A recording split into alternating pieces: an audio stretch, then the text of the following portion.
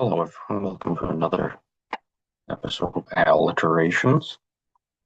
Today we'll be discussing a book that turned 100 years old a little earlier this year, I think in May, uh, and that is Mrs. Dalloway by Virginia Woolf. Um, I will be honest, I was not a huge fan of Mrs. Dalloway. It seemed like, I get the purpose of it, but it kind of seemed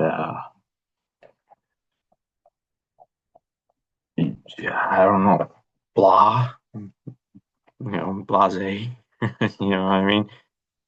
Uh, Nothing happened in it. And it's part of the point of the book. It, it, uh, it's set in the life of Clarissa, day in the life of uh, Clarissa Dalloway, where she's prepared for a party that's going to happen later on in the evening. So it all takes place in a single day in June, in mid-June, in 1923, as opening uh, line says.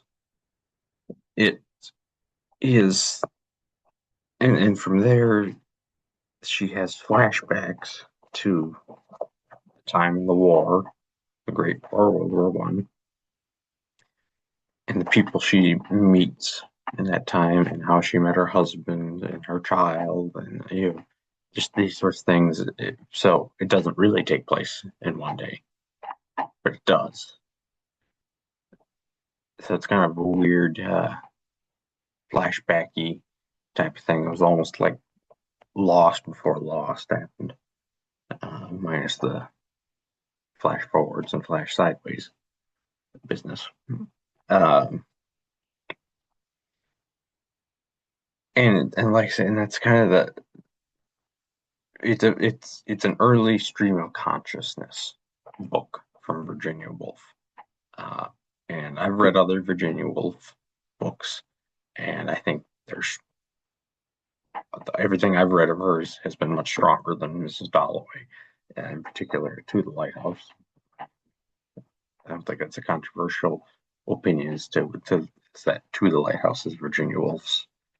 If you have to read, if you need to read one Virginia Woolf novel in your life, read To the Lighthouse.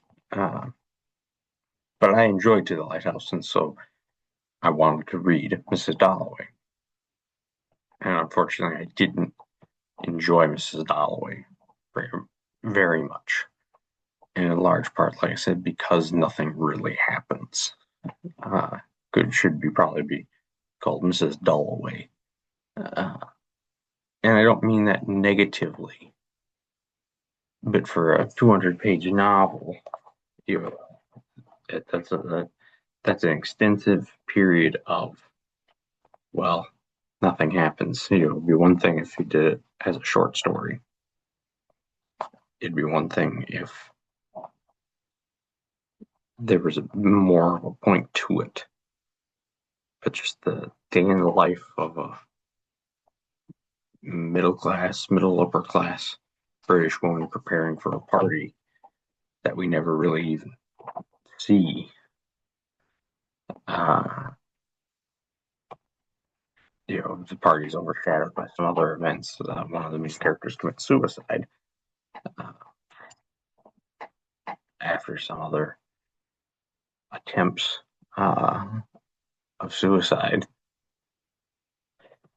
Uh, it kind of feels it's almost like false flag operation, kind of like, we're going to direct all your attention over here and then we're going to just throw this other thing over at you.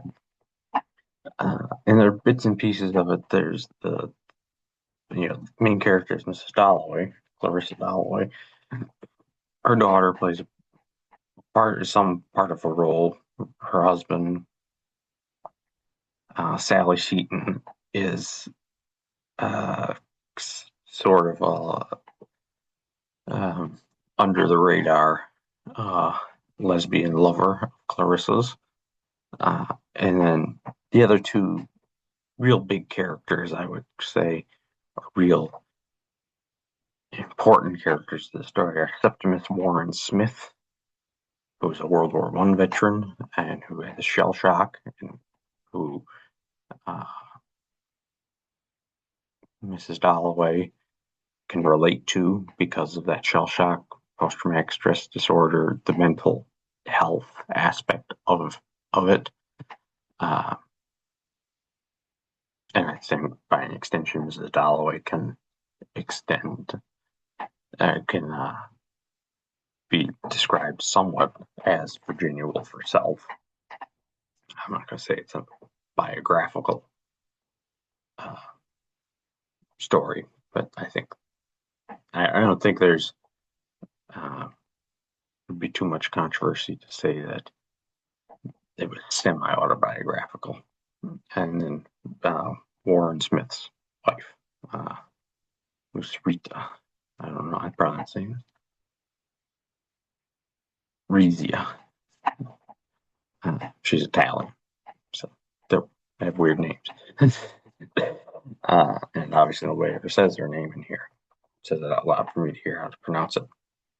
But yeah, so in that regard, I think Virginia Woolf's Mrs. Dalloway as a good early start into understanding how the 20th century was going to deal with mental health and mental illness, I think is an excellent stepping stone for that.